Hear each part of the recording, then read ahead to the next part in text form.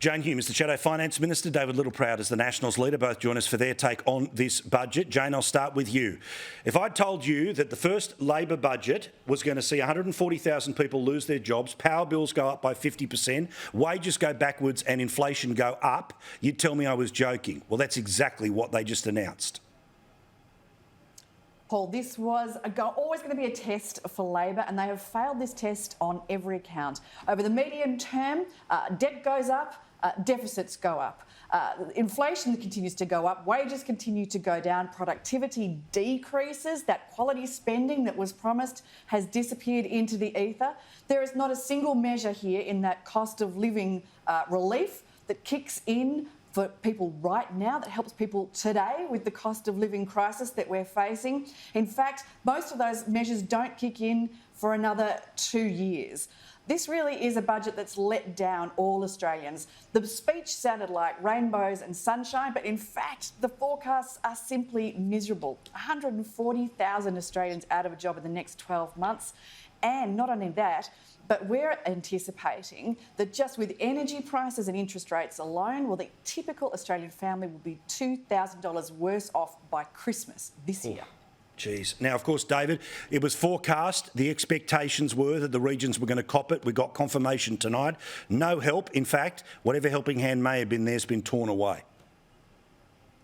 Mate, look, this budget created a second-class citizen in this country, and those are the 30% that live outside of capital city. They're regional Australians. We've been forgotten, not only in terms of having to pay the cost of living up to $2,000 between now and Christmas, but we lost our future. We had our infrastructure ripped away from us.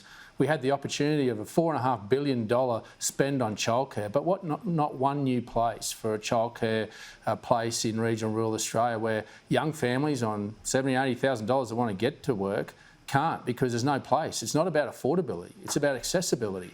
And then when you take away our future in dams, that if you've got a structural deficit of wanting to pay for NDIS, for Medicare, for schools, teachers and the like, you have to grow the pie, but you need to have the tools to be able to do that. And if you take away water infrastructure, you take away regional Australia's future, but you take away Australia's future.